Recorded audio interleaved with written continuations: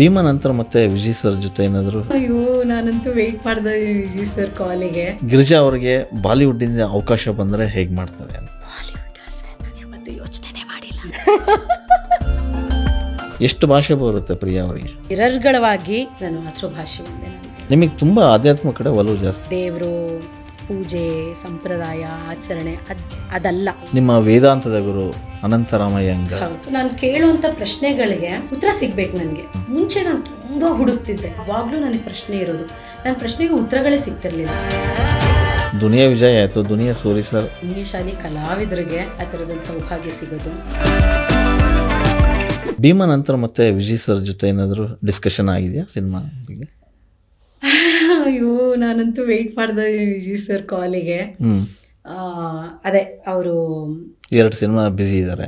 ಹೌದು. ಅದು ಭೀಮಾದಲ್ಲಿ ಲಾಸ್ಟ್ ಅವರು ಸೀಕ್ವೆಲ್ ಮಾಡಿರೋದ್ರಿಂದ ಅದು ಅದರ ಒಂದು ಕಂಟಿನ್ಯೂಟಿ ಇದೆಯಾ? ಓಕೆ, ಮಾಡ್ತೀನಿ ಅಂತ ಹೇಳಿದ್ದಾರೆ ಟೀಮ್ಗೆ. ಸೊ ಅವ್ರ ಕಾಲ್, ಅವ್ರು ಈಗ ಕಂಪ್ಲೀಟ್ ಬ್ಯುಸಿ ಇರೋದ್ರಿಂದ ಅವ್ರು ಆರಾಮಾಗಬೇಕು, ಸ್ಕ್ರಿಪ್ಟಿಂಗು ಕುತ್ಕೊಳ್ಬೇಕು. ಬಹುಶಃ ಅದಕ್ಕೆ ಒಂದು ಸ್ವಲ್ಪ ಟೈಮ್ ಆಗುತ್ತೆ ಅನ್ಸುತ್ತೆ. ಸೊ ಅವ್ರ ಕಾಲ್ಗಾಗಿ ನಾನು ವೆಯ್ಟ್ ಮಾಡ್ತಾ ಇದ್ದೀನಿ ಸರ್. ಓಕೆ, ಭೀಮಾ ಸಿನಿಮಾ ಬರೀ ಕನ್ನಡ ಮಾತ್ರ ಅಲ್ಲ, ಅದು ಸಾಗರದ ಆಚೆನೂ ಹೋಗಿ ಸೌಂಡ್ ಮಾಡಿ ಬಂತು. ಮೊನ್ನೆ ಸೈಮಾ ಅವಾರ್ಡ್ ಎಲ್ಲ ಸಿಕ್ಕಾಯಿತು. ಸೊ ಈಗ ಗಿರಿಜಾ ಅವರಿಗೆ ಬಾಲಿವುಡ್ಡಿಂದ ಅವಕಾಶ ಬಂದರೆ ಹೇಗೆ ಮಾಡ್ತಾರೆ ಅಂತ? ಬಾಲಿವುಡ್ ಸರ್, ನಾನು ಯಾವತ್ತೂ ಯೋಚನೆ ಮಾಡಿಲ್ಲ. ಯಾಕೆ ಅಂತ? ಒಬ್ಬ ಕಲಾವಿದರಿಗೆ ಗಡಿಯ ಹಂಗಿಲ್ವಲ್ಲ, ಎಲ್ಲಿ ಬೇಕಾದ್ರೂ ಹೋಗಿ ಮಾಡ್ಬೋದು. ಒಂದು ಚಾನ್ಸ್ ಸಿಕ್ಕರೆ. ನನಗೆ ಬಾಲಿವುಡ್ ಅಂತ ಅಂದರೆ ಸಿನಿಮಾ ಅದೆಲ್ಲ ಅಷ್ಟೊಂದು ನಾನು ಯಾವತ್ತೂ ಯೋಚನೆನೂ ಮಾಡಿಲ್ಲ. ಅದರ ಕಲ್ಪನೆನೂ ಕೂಡ ನನಗಿಲ್ಲ. ಬಟ್ ನಾನು ರಂಗಭೂಮಿ ಅಂತ ಬಂದಾಗ ಪ್ರಯೋಗಗಳಾಗಿದೆ ಬೇರೆ ಕಡೆ. ಹೌದು, ನಾನು ನಾಟಕಗಳನ್ನೆಲ್ಲ ನೋಡಕ್ ಹೋಗ್ತಿದ್ದೆ. ಮರಾಠಿ ರಂಗಭೂಮಿ ದೊಡ್ಡ.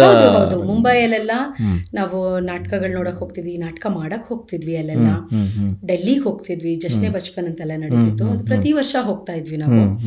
ಸೊ ಅಲ್ಲೆಲ್ಲ ನಾರ್ತ್ ಅಂತ ಹೋದ್ರೆ, ನನಗೆ ರಂಗಭೂಮಿಯಿಂದ ನಾರ್ತ್ ಅಂತಂದ್ರೆ ಅದು ನಾಟಕನೇ. ಸಿನಿಮಾ ಎಲ್ಲ ನಾನು ಯಾವತ್ತೂ ಯೋಚನೆ ಮಾಡಿಲ್ಲ ಸರ್. ಸುಮ್ಮನೆ ಯೋಚನೆನೇ ಮಾಡದೇ ಇರೋದಕ್ಕೆ ನಾನು ಏನೇನೋ ಹೇಳಾರೆ.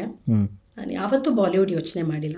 ಇನ್ನು ನನಗೆ ಕನ್ನಡದಲ್ಲಿ ತುಂಬ ಅಂದರೆ ಮಣ್ಣಿಗೆ ಸಂಬಂಧಪಟ್ಟ ಹಾಗೆ, ನೆಲಕ್ಕೆ ಸಂಬಂಧಪಟ್ಟ ಹಾಗೆ, ಅಂದರೆ ನಮ್ಮ ರಾಜ್ಯಕ್ಕೆ ಅದು ಮಾಡಿಸ್ದಂಗೆ ಇರಬೇಕು ಕತೆ.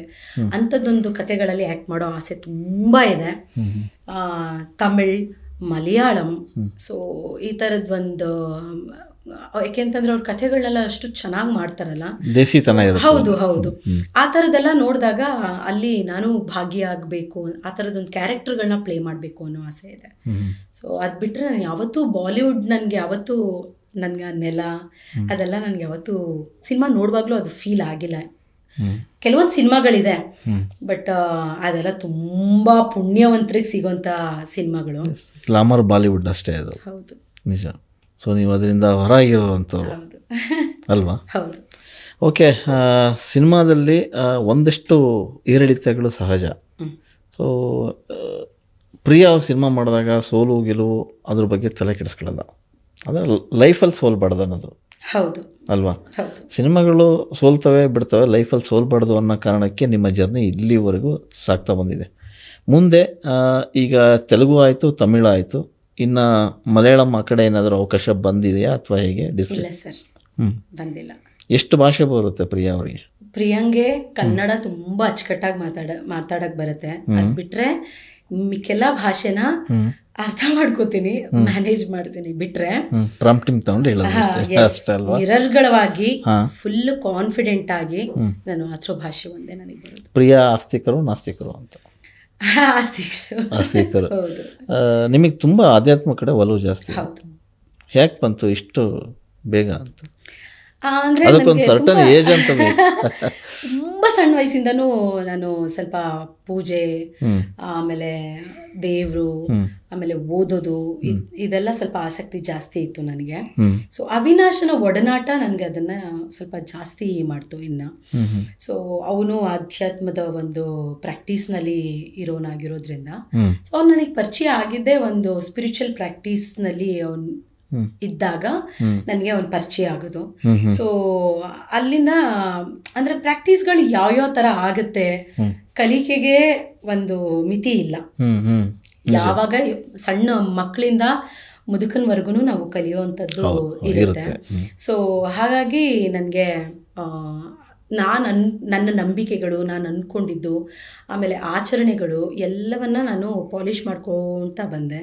ಸೊ ಸ್ಪಿರಿಚುಯಾಲಿಟಿ ಅನ್ನೋದು, ಅಧ್ಯಾತ್ಮ ಅನ್ನೋದು ಏನಿದೆ ಅದು ಇವಾಗ ದೇವರು, ಪೂಜೆ, ಸಂಪ್ರದಾಯ, ಆಚರಣೆ ಅದಲ್ಲ. ಅಧ್ಯಾತ್ಮ ಅನ್ನೋದೇ ಕಂಪ್ಲೀಟ್ ಬೇರೆ, ಅದೊಂದು ತರಹದ ಯೋಗ ಅಷ್ಟೇ.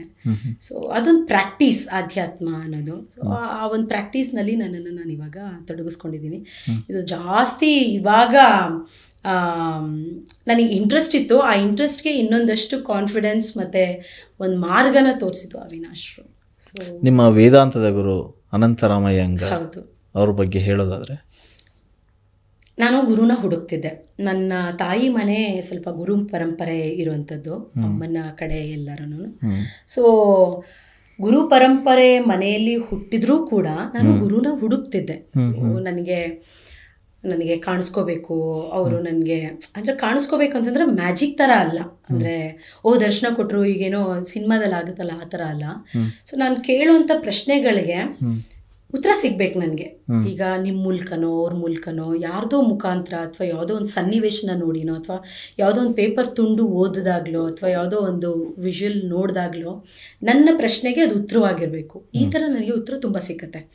ಈಗ ಮುಂಚೆ ನಾನು ತುಂಬ ಹುಡುಕ್ತಿದ್ದೆ, ತುಂಬ ಕಂಗಾಲಾಗ್ತಿದ್ದೆ. ಯಾವಾಗಲೂ ನನಗೆ ಪ್ರಶ್ನೆ ಇರೋದು, ನನ್ನ ಪ್ರಶ್ನೆಗೆ ಉತ್ತರಗಳೇ ಸಿಗ್ತಿರ್ಲಿಲ್ಲ. ಸೊ ಅಂಥ ಒಂದು ಟೈಮ್ನಲ್ಲಿ ನಾನು ಅವಿನಾಶ್ನ ಮದುವೆ ಆಗ್ತೀನಿ. ಸೊ ಇವ್ರ ಮನೆಗೆ ಬಂದಾಗ ಏಕ್ದಮ್ ನಾನು ಮೆಡಿಟೇಟ್ ಮಾಡ್ತಿದ್ದೆ, ಬಟ್ ನಾನು ಜಾಸ್ತಿ ಚಾಂಟ್ ಮಾಡ್ತಿರ್ಲಿಲ್ಲ. ಇತ್ತೀಚೆಗೆ ನಾನು ಇತ್ತೀಚಿನ ವರ್ಷಗಳಲ್ಲಿ ಚಾಂಟಿಂಗ್ ಶುರು ಮಾಡ್ಕೊಂಡಿದ್ದೀನಿ. ಸೊ ನಾನು ಸುಮ್ಮನೆ ಕೂತಲ್ಲಿ ಮೆಡಿಟೇಟ್ ಮಾಡಬೇಕಾದ್ರೆ ನನಗೆ ಒಬ್ಬರು ಅಂದರೆ ನನ್ಗೆ ಯಾರೋ ಆನ್ಸರ್ ಮಾಡ್ತಿದ್ದಾರೆ ಥರ ಫೀಲ್ ಆಗಿ ಹುಷಾರು ತಪ್ಪಿಬಿಟ್ಟಿದ್ದೆ ನಾನು. ಸೊ ಆಗಿಂದ ನಾನು ಅವರನ್ನು ನನ್ನ ಪರಮಗುರು ಅವರು ನನಗೆ ಅಂತ ಸ್ವೀಕಾರ ಮಾಡಿ. ನೋಡಿ, ದುನಿಯಾ ವಿಜಯ್ ನಿಮಗೆ ಗಿರಿಜಾ ಅಂತ ಪಾತ್ರ ಕೊಟ್ಟರು, ಅಲ್ಲಿ ಗನ್ ಇಟ್ಕೊಂಡು ಅಬ್ಬರಿಸ್ತೀರಿ. ಈಗ ಬಹುಶಃ ನೀವು ಆಧ್ಯಾತ್ಮ ಬಗ್ಗೆ ಮಾತಾಡ್ತಿದ್ದೀರಿ, ಒಲವು ಜಾಸ್ತಿ ಅಂತಂದಾಗ ಎಲ್ಲೋ ಒಂದು ಕಡೆಗೆ ಓಂ ಸಾಯಿ ಪ್ರಕಾಶ್ ಅವ್ರು ನೋಡಿ ನಾಳೆ ಕಾಳಿ ಪಾತ್ರ ಕೊಡ್ತೀನಿ ಬಾಮ್ಮ ಅಂತಂದರೆ ಅಲ್ಲೂ ಕೂಡ ಅಬ್ಬರಿಸ್ಬೋದಲ್ಲ ತ್ರಿಶೂಲ ಇಟ್ಕೊಂಡು. ಎಸ್ ಖಂಡಿತ. ಈಗ ನಿಮ್ಮ ಲೈನ್ ಅಪ್ ಸಿನಿಮಾಗಳು ಎಷ್ಟಿದೆ ಸರ್? ಅದೇ ನಾನು ಅವಾಗಲೇ ಹೇಳ್ದಂಗೆ ಕುಂಭ ಸಂಭವ ಇದೆ, ಗಾಂಧಿ ಸ್ಕ್ವೇರ್ ಇದೆ, ಮತ್ತೆ ರುಧಿರವನ ಅಂತ ಈಗ ಮುಗಿಸಿದ್ದೀನಿ. ಅದು ಇನ್ನೊಂದು 6-7 ತಿಂಗಳು ತಗೋಬಹುದು ಅವರು ಎಲ್ಲ ಇದು ಮಾಡ್ಕೊಳ್ಳೋದಕ್ಕೆ. ಮುಂದಿನ ವರ್ಷಕ್ಕೆ ಬರ್ತಾರೆ ಅವರು. ಇನ್ನಷ್ಟು ಡಿಸ್ಕಷನ್ಸ್ ಅಲ್ಲಿದೆ. ಹೌದು, ಇನ್ನೊಂದಷ್ಟು ತಮಿಳ್ ನಡೀತಾ ಇದೆ ಒಂದು ಪ್ರಾಜೆಕ್ಟ್. ತೆಲುಗು ಅದೇ ಇನ್ನು ಡಿಸ್ಕಷನ್ ಅಲ್ಲಿ ಇದೆ. ಎಸ್, ಕನ್ನಡದಲ್ಲಿ ಸಾಕಷ್ಟು ರಗಡಿರ್ತಕ್ಕಂಥ ಡೈರೆಕ್ಟರ್ಗಳು ಇದ್ದಾರೆ. ದುನಿಯಾ ಸೂರಿ ಸರ್ ಆಗಿರ್ಬೋದು, ಬೇರೆ ಬೇರೆ ಡೈರೆಕ್ಟರ್ಗಳು ನೋಡಿದಾಗ ಸಿನಿಮಾ ಕಲ್ಟ್ ಸಿನಿಮಾಗಳನ್ನ ಮಾಡೋವಂಥವ್ರು. ಸೊ ಮುಂದಿನ ದಿನಗಳಲ್ಲಿ ದುನಿಯಾ ವಿಜಯ್ ಆಯಿತು, ದುನಿಯಾ ಸೂರಿ ಸರ್ ಸಿನಿಮಾದಲ್ಲಿ ಅವಕಾಶ ಸಿಕ್ಕಾಗ ಅಯ್ಯಪ್ಪ ಆಂಜನೇಯ, ತುಂಬ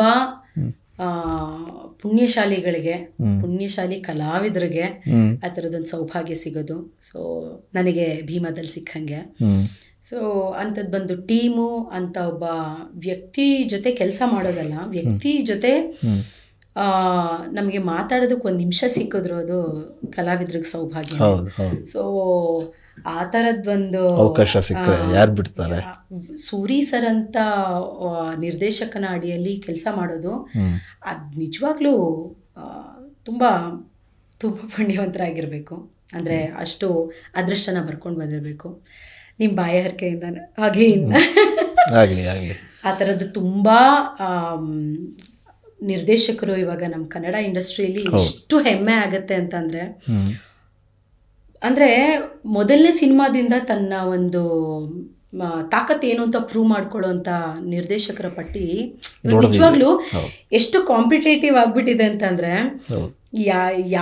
ಯಾರು ಕಥೆನ ಹೆಂಗೆ ರೆಡಿ ಮಾಡ್ತಾರೆ, ಅದನ್ನು ಸಿನಿಮಾನ ಮಾಡ್ತಾರೆ, ಅದೆಲ್ಲ ಸಾಧನೆ. ಸಿನಿಮಾ ಮಾಡೋದೆಲ್ಲ ತುಂಬ ದೊಡ್ಡ ಸಾಧನೆಗಳು, ತಪಸ್ಸದು.